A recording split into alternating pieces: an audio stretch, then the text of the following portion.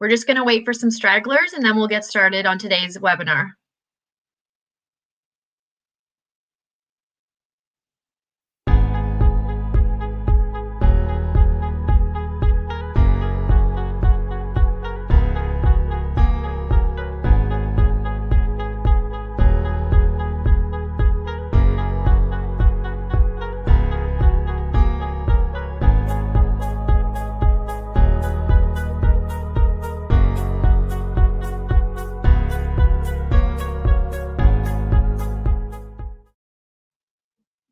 Hello, everyone. My name is Corey Moore from MLSE, and I'm a member of our SMCC Education Committee. Welcome to our March SMCC webinar, The Psychology of Sponsorship, Applying Expert Knowledge into Daily Practice. We're excited to share this topic with you and have some great experts from all across North America safely joining us today. Today, we're excited to test out a new and engaging platform delivered to you on YouTube. If you have any questions for the speakers throughout the webinar, please use the chat function. Please note that last month's webinar is available to view on YouTube. The link is public as always and can be shared to all your networks. SMCC would like to take this opportunity to thank our foundational partners. Without the support of each of these organizations, SMCC would not be able to host these events. I also want to take a second to thank the team behind this webinar, Sherilyn Kenworthy from Bell, Elliot Calburn from NFL, and Derek Gross from CFL. Together, we worked to bring this one to life. We're thrilled to have this panel of talent with us today, and we're excited to have the conversation led by an expert in her own right, Senior Vice President and Chief Brand Officer from Bell, Devora Lithwick. Devora oversees Bell's corporate branding and advertising, including digital, social media, and sponsorship. Devora joined Bell Mobility in 2016 as Vice President Marketing Communications, promoted to Senior Vice President Brand in 2017. She has been a critical leader in the transformation of Bell into one of the most valuable brands in Canada. Without further ado, Devora, over to you. Good morning, everyone. Thank you, Corey, for the warm welcome. It's a pleasure to be here today and join this expert panel. When this opportunity was brought to my attention, I was really very intrigued by the topic, the psychology of sponsorship. So I really look forward to hearing about how we can make better strategic decisions, apply them in practice, as well as better assess our performance in the space. I assume that many of you on the call today, like our sponsorship team at Bell, are always looking at their investments and wondering how best to go beyond logo placement and visibility and delve into areas where our sponsorships translate into a meaningful return for the business, and ideally also drive a win-win for the sponsor, the sponsored, and the consumer. So without further ado, let's get into it. Each panelist will share with us their perspectives and insights, delving into an area of their choosing. We'll then, after that, review a handful of recent sponsorships and get our panelists' observations on the approaches taken and whether or not there's opportunity for us as marketers. And hopefully at the end, we'll be able to also answer some questions. I know some were sent in advance, but feel free to send through and I'll do my best to incorporate. So first off, we have Dr. Jonathan Jensen. I'll call you Jonathan moving forward, Jonathan. He's the Assistant Professor of Sports Administration at the University of North Carolina at Chapel Hill. A former executive with global sport and event marketing agencies in Omnicom and Publicis Group, Jonathan now serves as a sports marketing professor and consultant whose focus is on assisting both brand marketers and sports organizations in strategic decision-making. His specific interests lie in the negotiation, activation, and effective measurement of the return on investment from sports sponsorships. His research has been featured in many publications, including the Wall Street Journal and The Economist, and he's published in several academic journals, including the Journal of Sport Management and Business Horizons. He's also a member of the editorial board of the Journal of Sports Marketing. Jonathan, I look forward to what you're going to share with us today. Your topic, as I understand it, is, sorry, bear with me, the meta-analytic analysis of sponsorship decision-making towards a generalizable sponsorship ROI model. So over to you. Thanks so much, Devora. Appreciate you having us today. So with my time, I've got about 12 minutes. I just want to share with you guys some recent results of some research that actually I was supposed to present last year in Germany and in London, but because of the pandemic, those conferences were canceled. So you guys are really the first to hear some of these research insights. And I thought they were interesting today because they both are applicable to those of you who are in the industry, but there's also some interesting kind of psychological phenomenon that are occurring that we feel kind of explains some of the results. So it gives us an opportunity to both talk about some insights for the industry, but then also introduce a couple of psychological paradigms that both myself and Dr. Cornwell have used throughout our research to kind of explain what the results are. And first off, I just want to touch on this concept of generalizability because it's a word that I used here in the title. This is applicable both to on the research side, but also for you, those of you in the industry. And I'll give you an example. If we were able to create a sponsorship effectiveness study that simply used Olympic-related stimuli and only utilize sponsors in the automotive industry, well, that wouldn't be particularly interesting or applicable to those of you who have league sponsorships, for example, with the NHL, and if you were in the telecom industry, as Laura is. So that study really isn't, if there are effects in that study that we found, they aren't really generalizable beyond sponsors in the automotive industry or sponsors in the Olympic space. So what we've tried to do over the past 15 to 20 years is try to get to a point where we're doing research that's generalizable across a bunch of different geographic regions and across a bunch of different types of sponsors and across a bunch of different sponsorship categories.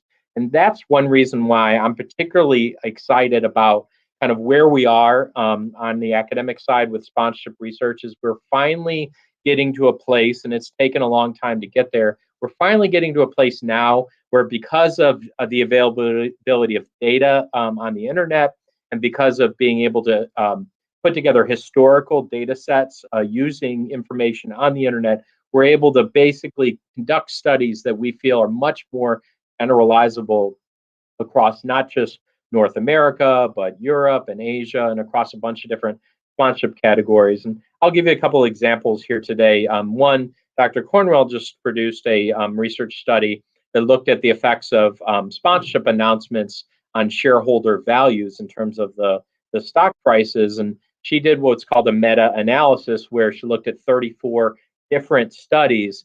And that's much more generalizable to as opposed to past studies that maybe just looked at Olympic. One study looked at Olympic sponsors, another looked at Formula One sponsors, another looked at title sponsors. So finally, she was able to generate some really generalizable findings that are applicable across a bunch of different sponsors. The example I wanted to talk with you about today is a recent study that we've conducted that instead of looking at, in the example of that research stream where we're looking at share price and how it's impacted by the announcement of a sponsorship, we basically came up with a new dependent variable in sponsorship research. And we thought about, well, what is a variable that could be utilized as a proxy for positive return on investment from sponsorship or the success of the sponsorship, but could be applicable across all sponsors, as opposed to, for example, the shareholder price, which is only applicable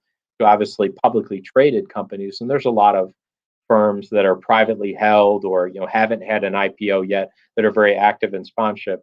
What we came up with is utilizing the actual probability of a sponsorship either being renewed or exited as basically a proxy for success. And what we've been working on for basically the past 6 or 7 years is a data set that we feel is truly generalizable. It includes about 2,500 different sponsorships, about 15,000 observations. So if it was an Excel spreadsheet, it would have 15,000 rows.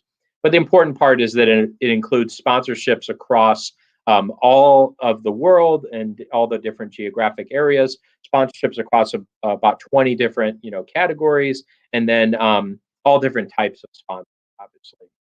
But what I wanted to share with you today is basically a few different insights from those sponsorships. Back to the concept of generalizability, there was only actually one geographic area in the world in which we found sponsors acted differently from all of the others, and that was Asia. Asian sponsors or firms based in Asia are 18% less likely to exit a sponsorship in any given year.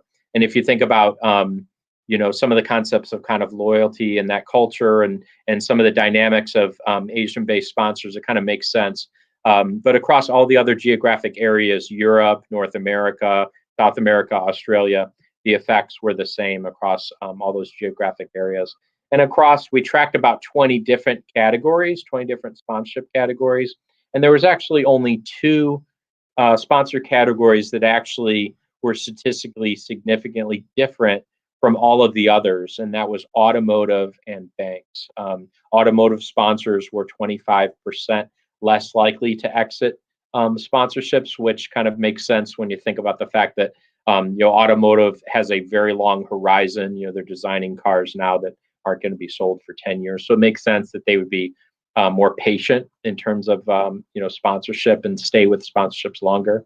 And then banks were actually 38% less likely to exit sponsorships, which also makes sense when you think about the nature of financial services and having maybe additional capital to be able to continuously renew sponsorships over time. And then here in America, there's been situations where bank sponsors have actually been bailed out, so that makes sense as well. But across all the other different sponsor categories, again, we tracked about 20 of them. The results were not different. So the three insights that I wanted to share with you from this research, the first one is what I think is actually the most kind of interesting and insightful result is the effects of clutter, or the negative effects of clutter. What we found is, so for every additional sponsor that is added to a property's portfolio, it increased the probability that each and every sponsor of that property would exit by 3.4% in any given year. So as you add sponsors, it increases the probability that other sponsors will exit, which we've always kind of suspected this. The more clutter, and there's been a lot of research that has found that clutter is detrimental to consumer processing of sponsorship effects, but this really quantifies that result. And the psychological phenomenon that we're pointing towards that kind of explains this is called schema theory. And Dr. Cornwell did research on schema theory, 15 years ago. And essentially, the way we're applying that in this example is what psychologists theorize is that the brain organizes different things and stimuli that they come in contact with in basically like folders or compartments in your brain. And it aids in things like processing. And that's how you end up with things like stereotypes, because people just associate different things together. How this relates to sponsorship research actually is that where you want to get to as a sponsor is you want the consumer's brain to actually link the sponsor and the property together in their brain. Just as an example, if you're a big World Cup fan, then perhaps maybe you went to the World Cup trophy tour sponsored by Coca-Cola. You see their signage when you go to the World Cup. Well, it just so happens then that your brain ends up linking those two together, and the positive feelings that you have about the World Cup then are linked together with Coca-Cola, so that when you go to make a buying decision at the supermarket and you're deciding between Coke and Pepsi, you end up choosing Coke because you have a positive feeling about it because it's linked together in the same mental schema in your brain as the World Cup. That's where you want to get to. And what we're theorizing or suggesting is that the more sponsors, the more clutter, the more difficult it is to link those two together, right? Because humans don't look at it, well, here's where I store my memories related to automotive sponsors. Here's my telecom sponsors. Here's my soft drink sponsors. We may think of it in the industry that way. These categories are very important, but the consumers don't really do that. So we think more clutter, the more difficult it is to associate those two together. So I think that's a really interesting result, and it ties into what we're talking about today with psychology and sponsorship. The second one is tech sponsors. We actually found that tech sponsors were more than 40% more likely to exit sponsors. And we think that's because of something called signaling theory, that tech sponsors and newer firms are more interested in the initial signal that a sponsorship puts out. Hey, you do a big naming rights sponsorship and you're signaling to the rest of the community and potential stakeholders and potential shareholders in the future, hey, we're big time, we can make this investment. And the way that associates with this result is we think tech sponsors are more likely in that initial signal, and they're less likely in sponsorship as a brand building long-term proposition. So then they end up exiting sponsorships later on. So that's where we feel like that signaling theory applies in this particular result. The third result I wanted to share with you is actually, delving into the area of abnormal psychology and thinking about the decision making of brands and sponsors. That's a little joke, but one thing that Dr. Cornwell and I like to do is actually delve into the B2B decision making and not just looking at the end consumer. The one result that I thought would be interesting to share with you, particularly the brands and agencies of the world, is that so sponsors that are in the same hometown or have regional proximity to the property that they're sponsoring. Think about a naming rights sponsorship, in the same market that the sponsor. That means that those sponsors are 10.8% less likely to exit those sponsorships. And now you might say to yourself, well, it's easier to activate if you're, sharing a market with a sponsorship. And psychologically, you may actually find that consumers see it as a better fitting sponsorship. They might say, oh, well, Sun Life and the Raptors, they're a hometown sponsor, so maybe that's a better fit. Or Scotiabank, that's a better fitting sponsorship because they share that same hometown. But what we're actually suggesting is something called agency theory and agency conflicts, where perhaps sponsors are less likely to exit those sponsorships because they personally benefit. They get to, use the suite, use the tickets, participate in the coin toss, maybe go out in the court and receive some personal benefits. And that's related to agency theory, where perhaps agents of a company sometimes make decisions that might not be in the best interests of their own company based on personal benefit. So I thought I would just also throw that out there as another interesting applicability of agency theory to sponsorship. So my time is over, but those are three kind of insights that I thought were interesting, because not only are they applicable to the industry, but also there's kind of underlying kind of psychological phenomenon going on there that might help explain those results. And I'll turn it back to you, Deborah. Thanks, Jonathan. Lots to consider there. One thing that I hadn't considered in the past is sort of that analysis you did on with Bettina on the stock value and the increase in the stock value assigned to sponsorships. When you think about whether or not you want to continue your sponsorship or exit your sponsorship, do you notice dips in your analysis in respective for those public companies that are investing in sponsorship in their stock price? There's actually been very few studies that have looked at not just the initial announcement of the sponsorship, but then how renewals impact that.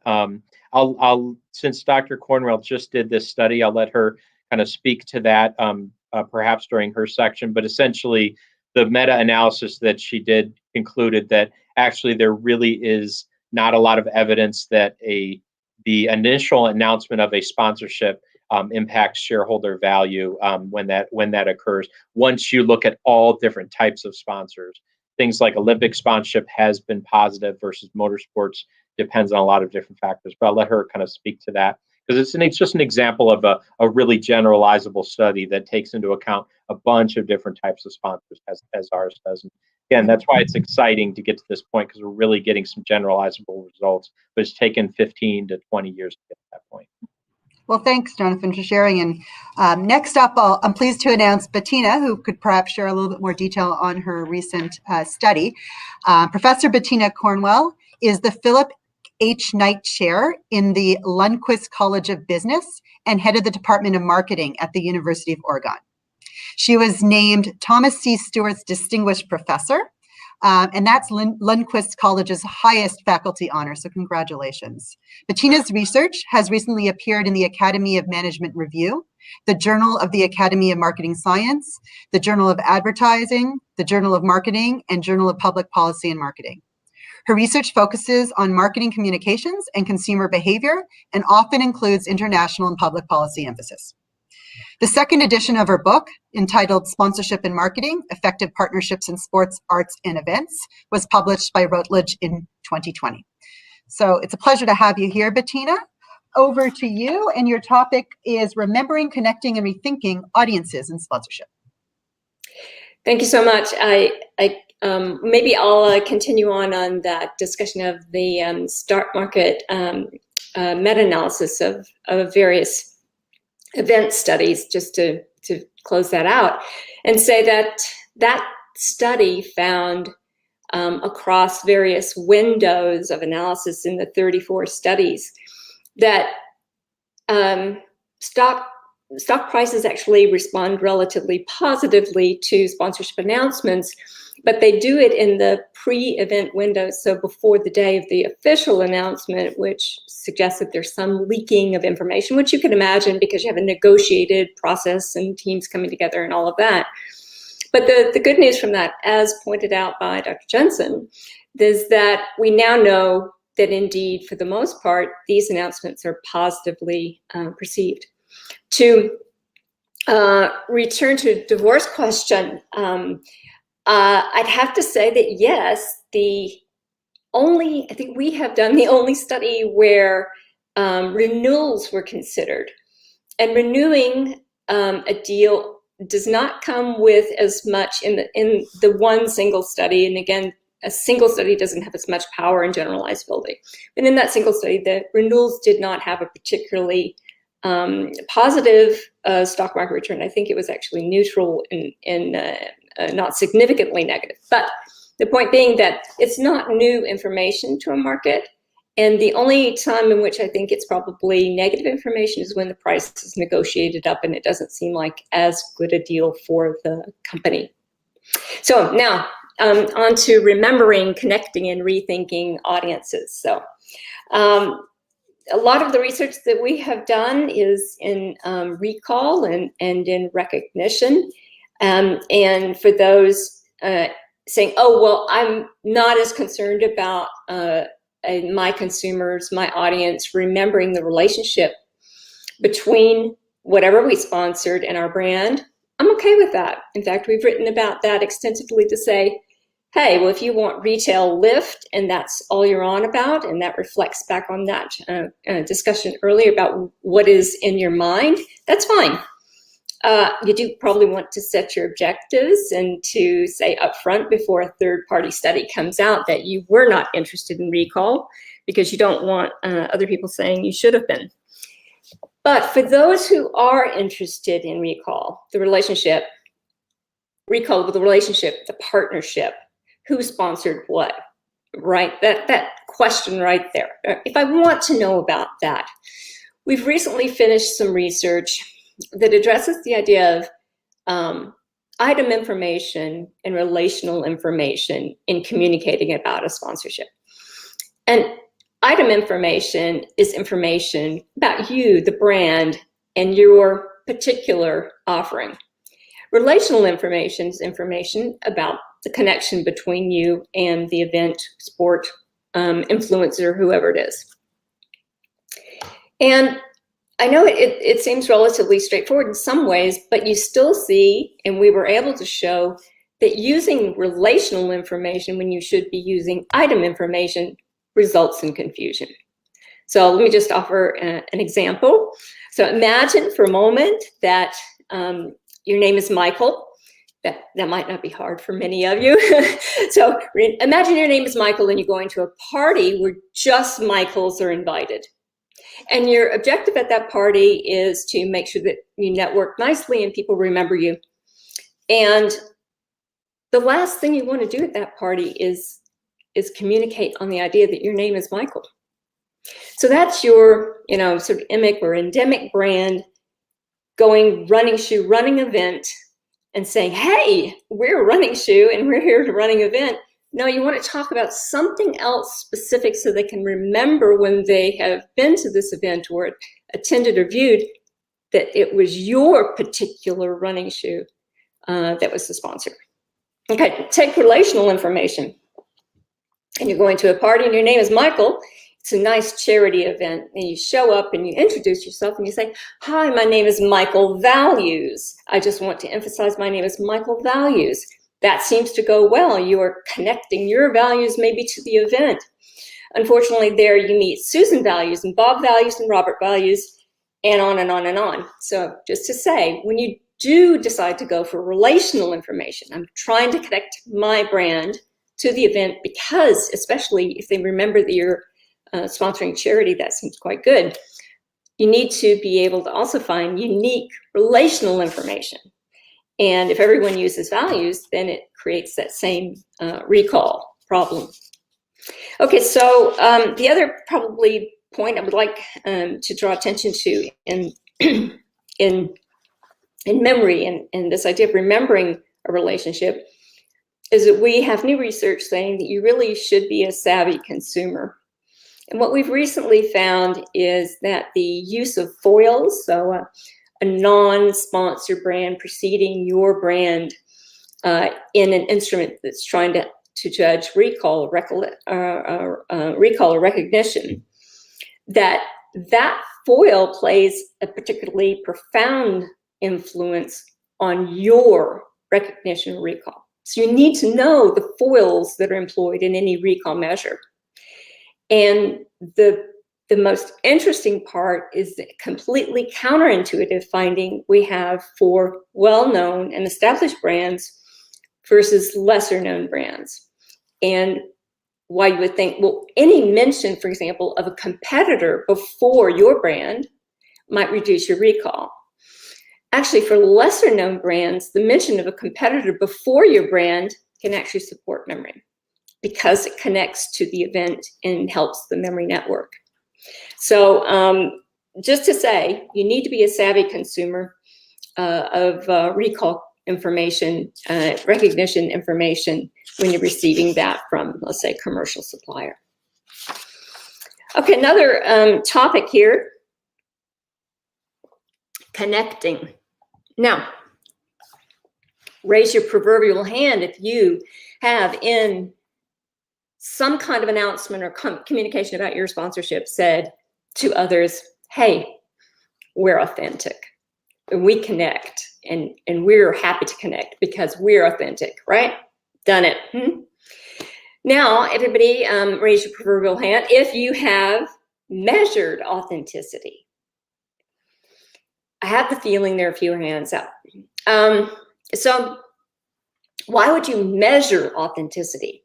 I would argue that partners need to measure authenticity in advance of joining to know how authentic you are. I would also argue that you need to probably measure your partnership authenticity over time because we can only expect that it would improve if your activation, if your leveraging is of a good quality and makes those relational links. Now you're probably saying to me, well, how am I going to measure authenticity? Got you covered. We have a 4-item and a 16-item measure of authenticity we developed a couple of years ago. It's out and available. I can send it to you. But essentially with those 4 items or 16 for more diagnostic measurement, you can do those sorts of things. You can say, 10 potential opportunities. Let's just check in and see how we might match up.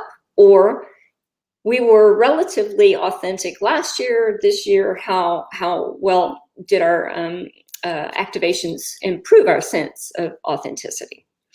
And if you don't match up on the history, you might be able to do something. Or if you don't match up on the idea of credibility, what can you do to improve it? And you can diagnostically improve your authenticity. So by understanding how it's working. Okay, so my last topic there is rethinking.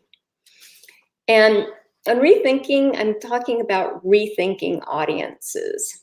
And so What would you think if I said to you, there are quite a few people that know your brand very well, that know other people that you don't currently know that you might like to know, and that these people have a vested interest in your company surviving and doing well? You might say, I'd like to know who they are, and I'd like for them to, be on our team somehow. They are on your team because they're your employees. Employees are one of the most underutilized audiences in sponsorship, in my opinion. Employees have the potential to connect with individuals and manage that authenticity you want quite well. They also have the capacity, because employees are oftentimes people who know other people, more trusted and more remembered because it's a personal connection. So here I'm talking about training people up as ambassadors, training up the sense that these people will be your advocates. Now, some of you may already have those programs in place, but my question to you would be, does everyone feel they have the opportunity to be engaged in some of the sponsorships? And working with a large company in the automotive industry, we learned that the charitable giving related to paycheck decisions, so you just give some money, a few cents each month, and then decide on the charity it goes to, was better known and understood by employees than major sponsorships worth millions of dollars.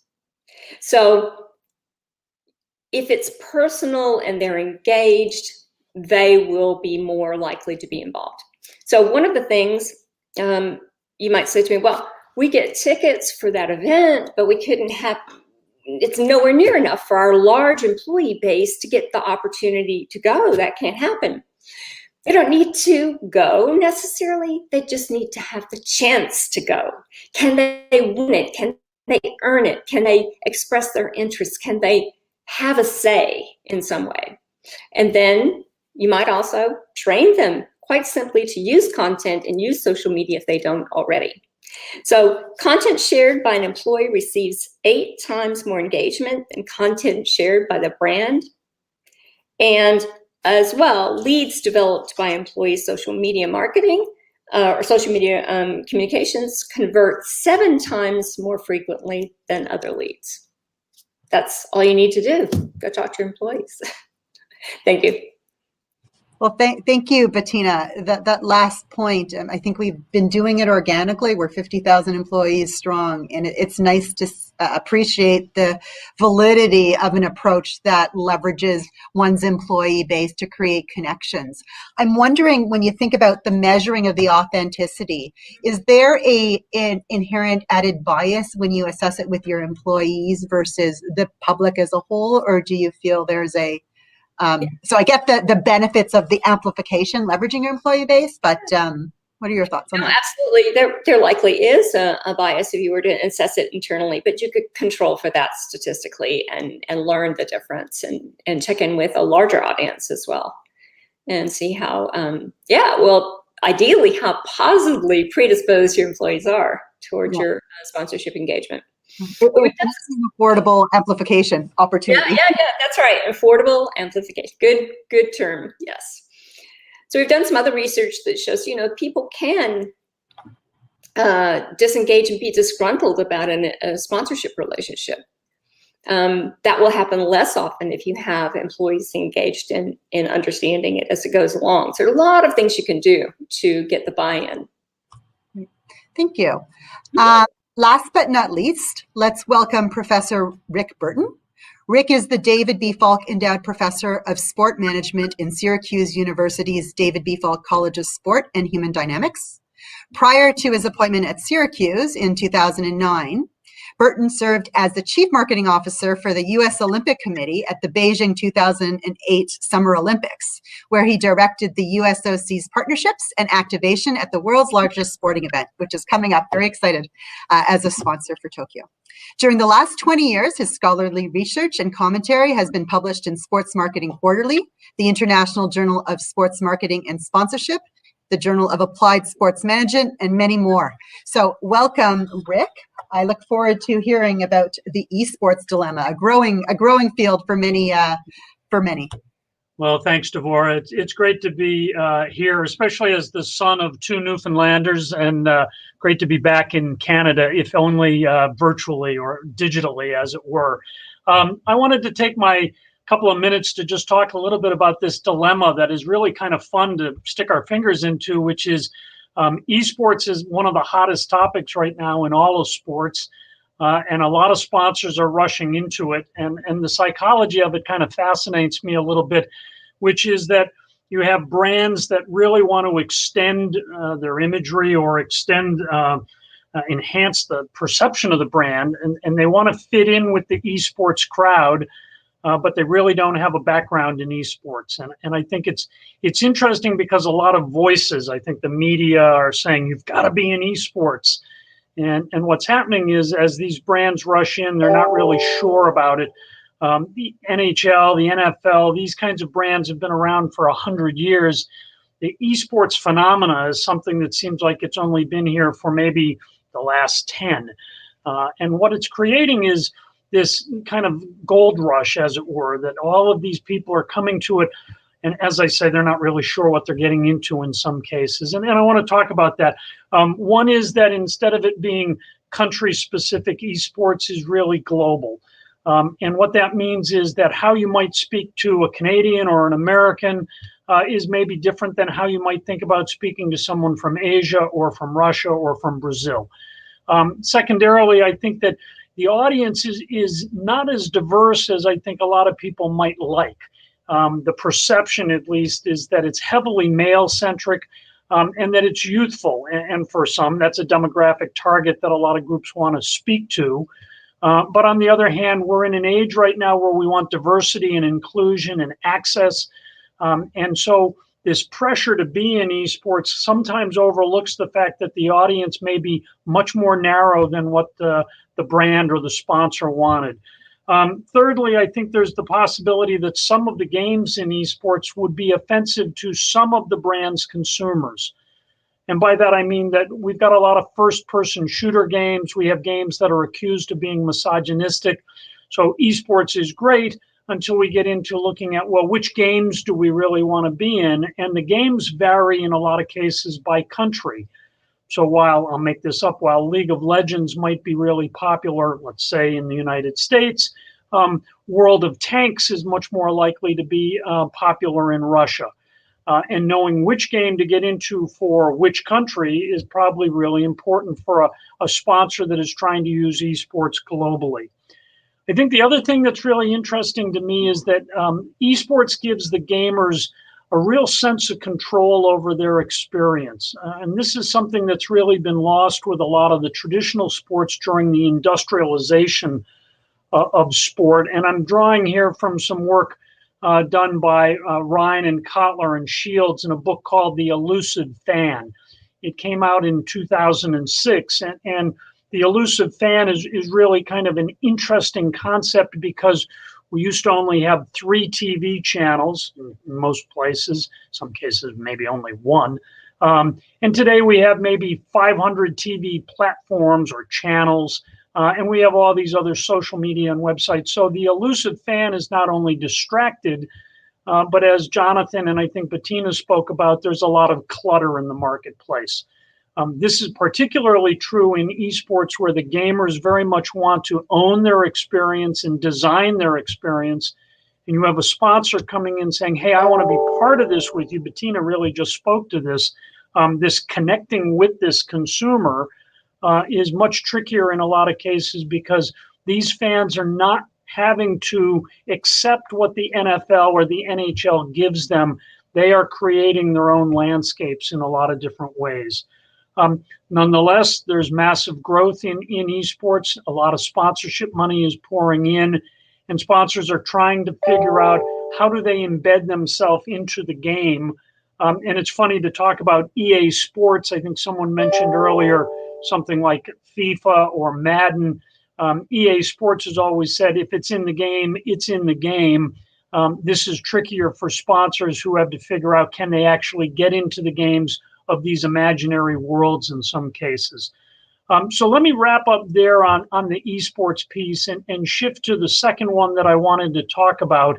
And I'm mindful of everyone's time because I think we have a hard stop, 1 o'clock Eastern. And that's talking really about the future. And the way that I get to it is through an esports concept, which is Ernest Cline's book, Ready Player One, that got turned into a movie by Steven Spielberg. The book was set in Columbus, Ohio, circa 2044, 2045. And it imagined that really all of the traditional sport properties that we're familiar with had failed. And that's only really about 23 years from now. And that everyone had gone into a virtual world called the Oasis. And for a lot of you, this is kind of science fiction, and it's not a place that you really want to spend much time contemplating. But the rate of change that's happening in the sports world and in the sponsorship world, I think, is so dramatic that we really need to start looking out there 10 years, 20 years in the future and saying, okay, what's going to be different? It's shattering to some people that we have helmet decals now in the NHL, that we've got advertising on helmets. I think what's more interesting, excuse me, is understanding where sport is going to go. And some of that is tied to artificial intelligence. It's tied to technological advances. Moore's law suggests that the speed of the computers will get faster, the graphics will get better. And consequently, every 2 years, we're seeing a doubling of what can actually be considered via technology. It leads us to talking about things like drone racing, which most people on this panel or on this call, this Zoom, this broad stream, is it broad stream? It's a stream field, would not actually talk about drone racing or battle bots. And yet I think these are fascinating areas because technology is blending with media, is blending with sport, and sponsors are having to try and keep up with where it's all going to go. Sport wagering is changing dramatically in the United States. The pandemic's going to change, I think, a lot of things because we took away attendance for a lot of sponsors. And a topic that Bettina and Jonathan, I think, are going to be fascinated by is, are sponsors really going to feel shortchanged in Tokyo this July? It's just been announced that the Japanese government is not going to allow any international tourists or visitors into the games, which means that the sponsors who paid to reach people on site at the stadium are now technically, theoretically, only going to be reaching Japanese sports fans or Japanese fans of the Olympics. Does that leave us with a make good or doing something that we need to do to accommodate what we didn't deliver on? And I think we'll see more and more of that coming in a lot of different ways. The last piece I'm going to talk about is as part of the future. And by the way, my heading is, anybody out there is in tribute to Def Leppard, if you're a rock and roll fan, and it's a lyric from one of their songs, is the athletes are becoming their own networks. And that, to some people, will almost suggest we could be looking at the death of TV in the way that we talk about the death of newspapers and the death of radio. Not really dead, but they're far less relevant. And I think that we're looking at maybe the final era of TV. Certainly the NHL's deal, the $2.8 billion deal with ESPN Disney, is going to give a huge lifeline to the NHL. But the NFL's deal, that's going to go for almost a decade, is maybe the last great move by television to protect itself. I think by 2032, when that NFL deal is over, you'll see a lot more of Amazon and streaming and platforms. And that's a world that a lot of sponsors are really not projecting to. So I'm going to wrap up there. I show it as 12:45. That leaves, at least here on the East Coast, that'll leave us some time to go into a couple of case studies. And Devora, it's just great being here with you today. Well, thank you, Rick. It's when you talk about, and we're not a global sponsor, but when you talk about the Olympics and it now only being open, to Japanese audience members, do you have any observations and thoughts on how to approach those appropriate make goods or that valuation? Do you think it's unique to the respective sponsors, and it's up to you to kind of work through it with your respective COC? Yeah, I think it's a great question, and a big part of it is the seller. So the IOC sells top sponsorships. Are they going to give make goods, let's say in Paris or in Beijing in 2022? Are they going to give them in Los Angeles in 2028? On the other hand, if you're a Tokyo Organizing Committee sponsor, you bought kind of a local deal with the specific Tokyo Games. How do they give you a make good? I imagine that they're petitioning to the IOC to be allowed to do a lot more for those local sponsors. But for Canadian Olympic Committee sponsors, these are really tricky times. And I don't know that anyone's going to have a perfect solution, but I think we're going to have some unhappy sponsors before 2021 is over. It's interesting as you look at what COVID has brought us and how we all have had to pivot appropriately depending on your sponsorship, be it make goods, be it added value for next term, be it even just an assessment of how you established your contracts with your partners and whether or not there is compensation depending on how specific your contract was. It's been at least an eye-opener for me and probably with a lot of people on the call to figure out how to navigate scenarios like COVID and what the value will be for added opportunities provided by the sponsor. Well, and to Bettina's point, and I'll get off this really quickly, to Bettina's point, if you're looking at the stock price and you put a lot of money, $100 million into a sponsorship, could come back to bite you if someone believes that you're not going to get your money's worth. Yeah, that's true. All right, so the hour is flying by. In this next section, we'll have our experts sort of tell it like it is, based on 4 case studies that are quite interesting. And questions around, is there upside in engaging in these types of sponsorships, and what are the risks, and notionally, how do you measure it? So the first quickfire item we have, if you can flip the page, is women in sport. And in particular, Secret partnering with women professional sports, hockey in particular, where the Women's Hockey Association received $1 million from Secret Deodorant to fund the Secret Gene Gap Tour. And there were 6 events with players competing for cash prizes. I'm wondering if, Jonathan, you can say a few words about this space. It's been quite topical. I saw the announcement of the coach on the NCAA team, and I don't know her name if anyone is familiar with it, but she really took a stand and said, the quality of the equipment we have for training is nowhere near what you, as a brand, the NCAA are doing for the men's sports teams. But I'd love to get into a bit of a debate about this. So, Jonathan, what are your Yeah, it's certainly a really interesting time for women's sport. And this example kind of showcases the kind of merging of both corporate social responsibility and traditional sponsorship of women's sport, where you really almost get a bonus where, yes, you're supporting a women's sport team and organization as you typically would, but then you also have this halo of corporate social responsibility because you're helping women's sport move forward. That's interesting. But then also on the other side, you have firms like Procter & Gamble that kind of realized a long time ago that if you're marketing to a woman who's a sport fan, you don't have to do that just through women's sport. That they're also a fan of they're both a fan of the NBA and then also the WNBA. So they, as an example, sponsored the NFL, a men's sport, with brands like Febreze and Tide that typically a woman's going to be the person making that buying decision, and had a lot of success in that way as well. So and our recent research basically showed that women's sponsors of women's sport are just as loyal as men's sport, suggesting that over time return on investment is positive, just as positive for women's sport as it is for men's sport. So for all those reasons, it's a really interesting time to look at sponsorship of women's sports.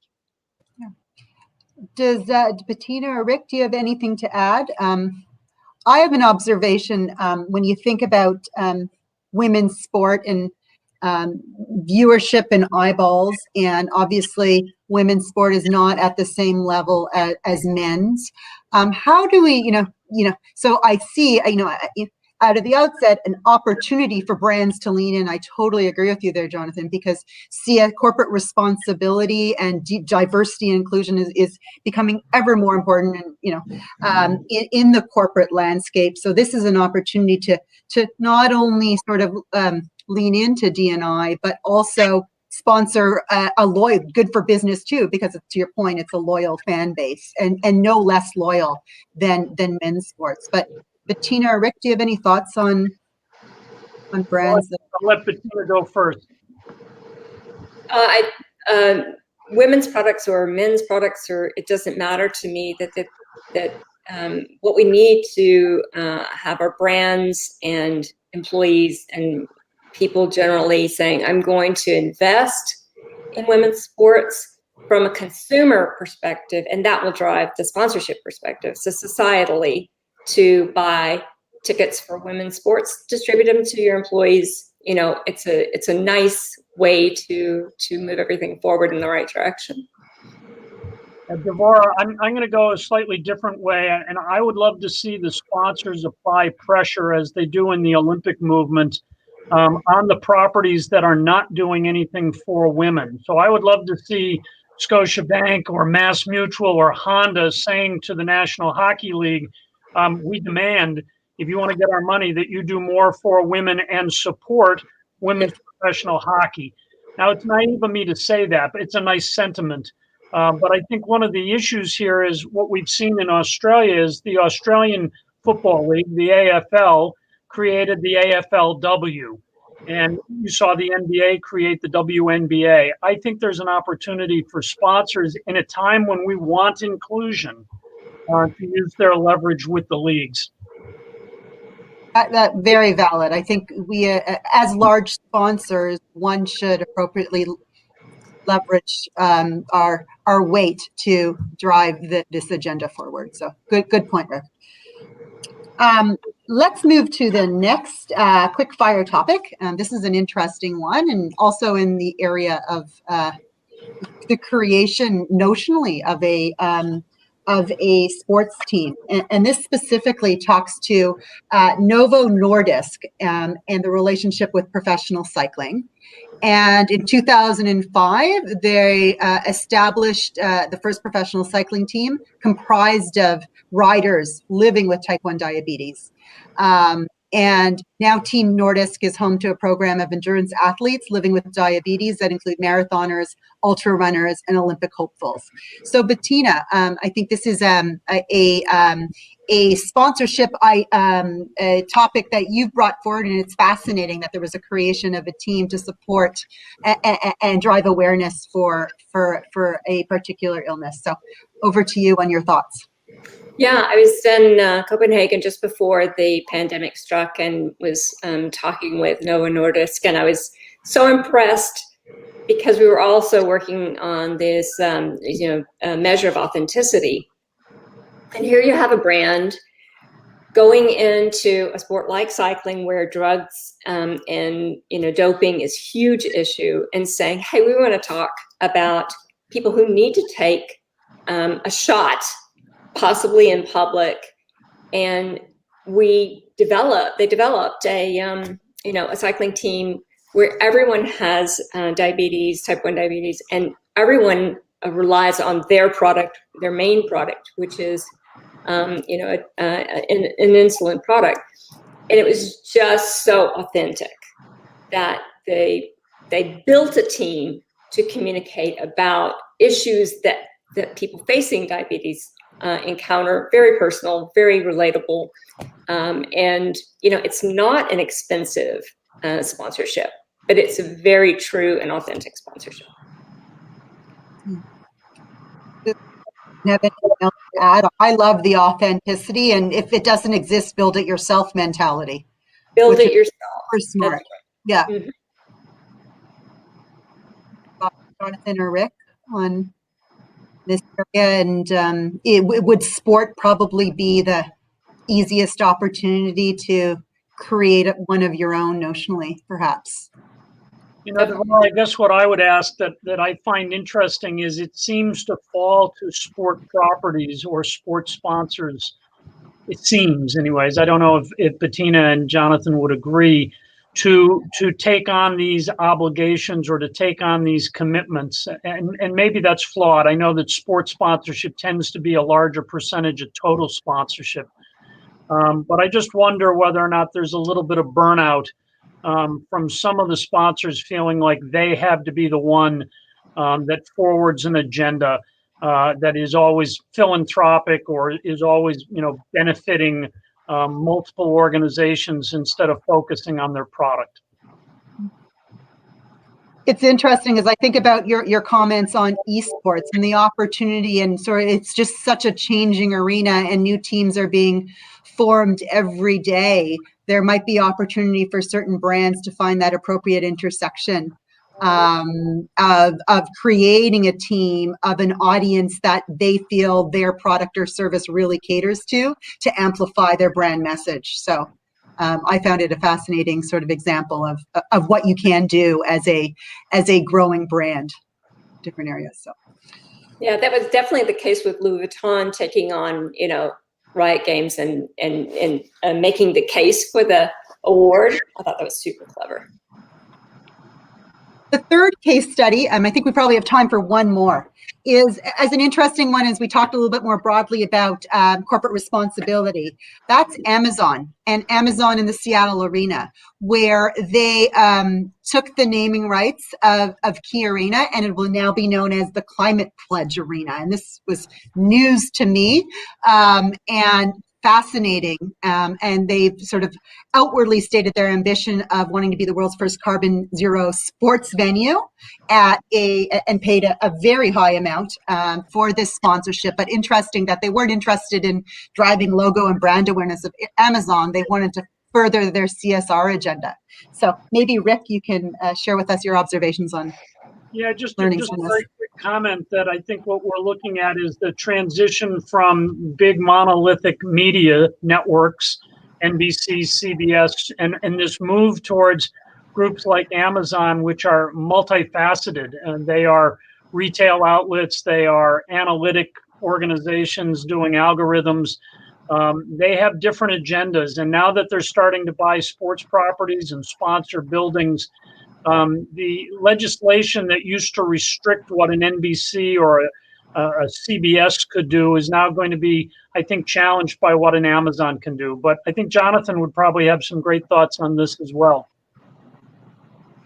Yeah, we've done a couple studies of naming rights, and I think this is just a neat example of basically the evolution of this marketing tactic. We're 50 years out from the first naming rights deal in North American professional sports, and just shows that they've evolved from being just a mechanism for brand awareness to something much more sophisticated. And then in this example, we're kind of living that corporate social responsibility aspect of it is much more important than the brand awareness, which is the traditional marketing tactic that brands look to achieve through naming rights. Yeah. I think it's fantastic moving beyond just logo placement and really thinking harder about, to your point, Bettina, a connection and authenticity with the audiences you want to attract. So with that conversation with a team in Europe that's thinking of taking this as their leading approach to and finding a charity. So I'm totally psyched about that. Yeah, that's exciting. Yep.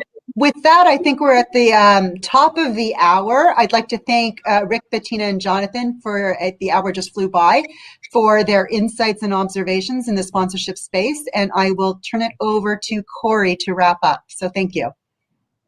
Thank you. Thank you so much, Devora, Bettina, Jonathan, and Rick. That was full of insight and information. I know we had lots of questions coming in, so we answered some of those, and we'll get back to what we can send to people as well.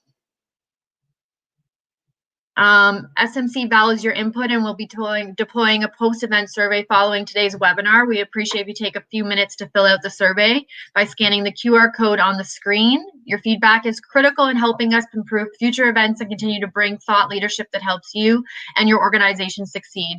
Please share your opinion with us. And save the date for our next webinar, April 14th, on demand data. We look forward to seeing you then.